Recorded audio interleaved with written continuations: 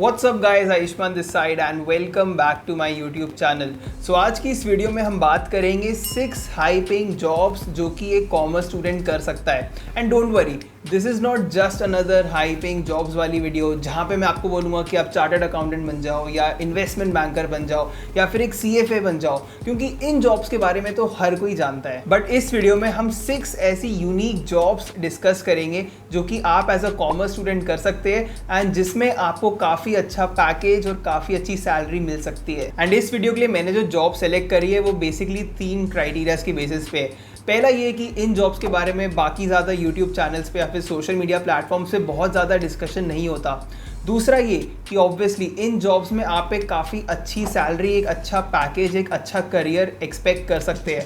And finally in jobs को करने के लिए आपको कोई बहुत ज़्यादा हायर एजुकेशन या कोई बहुत डिफिकल्ट डिग्री करने की ज़रूरत नहीं है। एंड गाइज, यहाँ पे मैं आपसे जानना चाहता हूँ कि आप कौन से स्कूल या कॉलेज में कॉमर्स स्टूडेंट है। तो अभी के अभी ये वीडियो पॉज करिए एंड कमेंट्स में जाके मुझे बताइए कि आप कौन से स्कूल में और कौन सी क्लास में पढ़ रहे हैं, या अगर आप एक कॉलेज स्टूडेंट है तो आप कौन से कॉलेज में और कौन सा ईयर चल रहा है आपका। So the first job in this list is RBI Grade B officer. RBI stands for the Reserve Bank of India and RBI basically India का सेंट्रल बैंक है।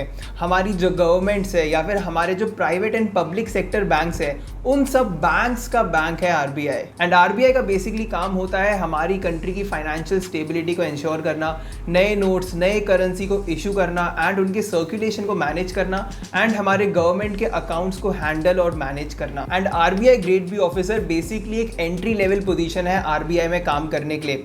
RBI ग्रेड बी ऑफिसर बनने के लिए आपके 10th, 12th एंड ग्रेजुएशन में at least 60% marks होना important है, mandatory है।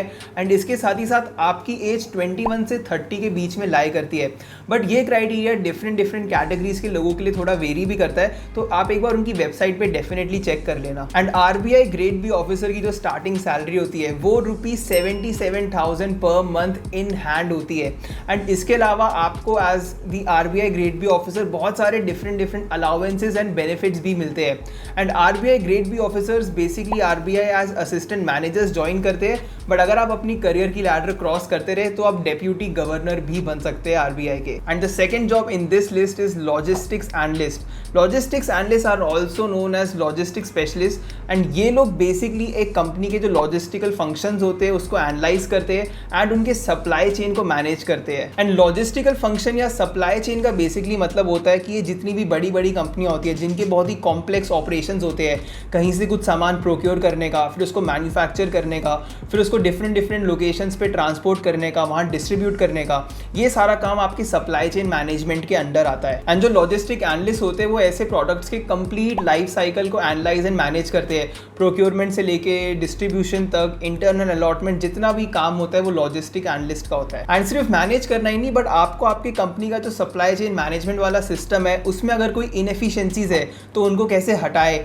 या एक ऑलरेडी एग्जिस्टिंग इंप्लीमेंटेशन को कैसे इंप्रूव किया जाए, या फिर कोई लूप होल्स को कैसे हटाया जाए, ये सारा आपको एनालाइज करना होता है एंड सॉल्यूशंस प्रपोज करने होते हैं। एंड एक लॉजिस्टिक एनालिस्ट बनने के लिए आपके पास एक बैचलर्स डिग्री होना इंपॉर्टेंट है। आपके पास एक मास्टर्स डिग्री भी हो सकती है बट वो एक मैंडेटरी क्राइटेरिया नहीं है। तो अगर आपने BBA, BCom या और भी कोई अच्छी बैचलर्स डिग्री करी है तो आप एक लॉजिस्टिक एनालिस्ट बन सकते हैं। एंड एक एवरेज सैलरी लॉजिस्टिक एनालिस्ट की इंडिया में 10 लाख पर एनम होती है। एंड स्टार्टिंग में अगर आप अच्छे से काम करते हैं तो आप 4 to 5 लाख की स्टार्टिंग सैलरी भी एक्सपेक्ट कर सकते हैं। एंड यहाँ पे मैं ये भी कहना चाहता हूँ कि मैं इस चैनल पे हर महीने ही personal finance, stock market, investing, crypto currency, side hustles, इन सब टॉपिक पे वीडियोस डालता रहता हूँ। एंड अगर आपने अभी तक इस चैनल पे सब्सक्राइब नहीं किया तो सब्सक्राइब का बटन दबाना बिल्कुल मत भूलना। And the third job that you can do as a commerce student is insurance underwriter. So insurance underwriter basically ऐसे प्रोफेशनल्स होते हैं जो कि इवैल्यूएट करते हैं एंड एनालाइज करते हैं किसी एक इंसान को या किसी एसेट को इंश्योर करने में कितना रिस्क है, इसको एनालाइज करते हैं। तो जब भी आप किसी चीज का इंश्योरेंस लेते हैं तो आप उस इंश्योरेंस के लिए हर मंथ एक प्रीमियम पे करते हैं कि अगर कोई स्पेसिफिक चीज होगी तो इंश्योरेंस कंपनी आपका पूरा एक्सपेंस बेयर करेगा। एंड ये आपको कितना प्रीमियम पे करना पड़ेगा ये डिपेंड करता है फ्रॉम पर्सन टू पर्सन, क्योंकि हर सिचुएशन में हर इंसान का एक डिफरेंट रिस्क इन्वॉल्व होता है।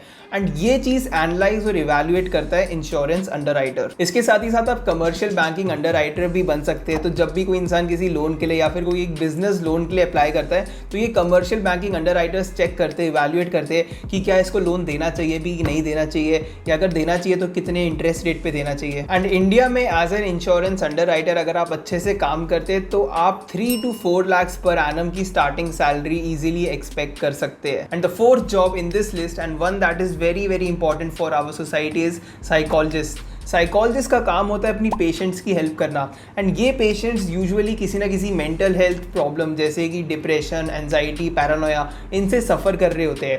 एंड साइकोलॉजिस्ट का काम होता है थेरेपी के थ्रू इनकी हेल्प करना। सो अगर आप अभी भी स्कूल में पढ़ रहे हैं, 9, 10, 11, 12 में है, तो आप BSc इन साइकोलॉजी ले सकते हैं, एक साइकोलॉजी का करियर स्टार्ट कर सकते हैं। बट अगर आप अभी कॉलेज में है, कॉमर्स स्टूडेंट है, BBA या BCom की है, तो भी डोंट वरी, आप फिर भी साइकोलॉजिस्ट पे अपना करियर परस्यू कर सकते हैं। एंड ऐसे केस में आप MA या MSc इन साइकोलॉजी भी कर सकते हैं, मास्टर्स परस्यू कर सकते हैं साइकोलॉजी में, या अगर आप डॉक्टरेट करना चाहते हैं साइकोलॉजी में तो आप PhD या MPhil भी कर सकते हैं एक क्लिनिकल साइकोलॉजिस्ट बनने के लिए। एंड साइकोलॉजी के फील्ड में भी आप डिफरेंट टाइप ऑफ साइकोलॉजिस्ट बन सकते हैं। आप एक काउंसलिंग साइकोलॉजिस्ट बन सकते हैं, या फिर आप एक क्लिनिकल साइकोलॉजिस्ट बन सकते हैं, आप एक स्पोर्ट्स साइकोलॉजिस्ट बन सकते हैं, या फिर आप स्कूल में एक काउंसलर बन सकते हैं। एंड इंडिया में जो साइकोलॉजिस्ट की जो स्टार्टिंग सैलरी होती है वो around 3 to 5 lakhs per annum होती है।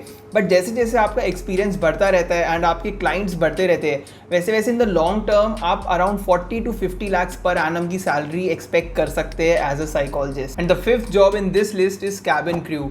एंड कैबिन क्रू से मेरा मतलब both air hostess and flight stewards है। एंड कैबिन क्रू का बेसिकली मेन काम होता है उनके पैसेंजर्स की सेफ्टी, वेलनेस एंड कंफर्ट का ध्यान रखना, एंड साथ ही साथ इमरजेंसी अरेंजमेंट्स को मैनेज करना एंड उनका ध्यान रखना। एंड कैबिन क्रू मेंबर्स बहुत ज़्यादा इंपॉर्टेंट होते हैं किसी भी एयरलाइन कंपनी के लिए, क्योंकि ये कैबिन क्रू मेंबर्स ही उस एयरलाइन इंडस्ट्री का फेस होता है। हमारा मैक्सिमम इंटरेक्शन जो एयरलाइंस के साथ होता है वो उनके कैबिन क्रू के थ्रू ही होता है। एंड अगर मैं इंडिया में एयर होस्टेस की एलिजिबिलिटी की बात करूँ तो आपका 12th तक कंप्लीटेड होना इंपॉर्टेंट है। इसके बाद आप एक डिप्लोमा भी कर सकते हैं, आप ट्रेनिंग ले सकते हैं एविएशन इंडस्ट्री में, या फिर आप अपना ग्रेजुएशन कंप्लीट करके भी एक एयर होस्टेस बन सकते हैं। इसके अलावा भी कुछ एलिजिबिलिटी क्राइटेरियाज होते हैं जो कि एजुकेशनल नहीं होते but more of a personal या फिर लाइफस्टाइल क्राइटेरियाज होते हैं। एंड मैं डिस्क्रिप्शन में एक लिंक डाल दूंगा, वो चेकआउट कर सकते हैं। एंड इंडिया में अगर आप एक एयर होस्टेस बन सकते हैं तो आप डोमेस्टिक एयरलाइंस में 30 to 40,000 पर मंथ की सैलरी एक्सपेक्ट कर सकते हैं।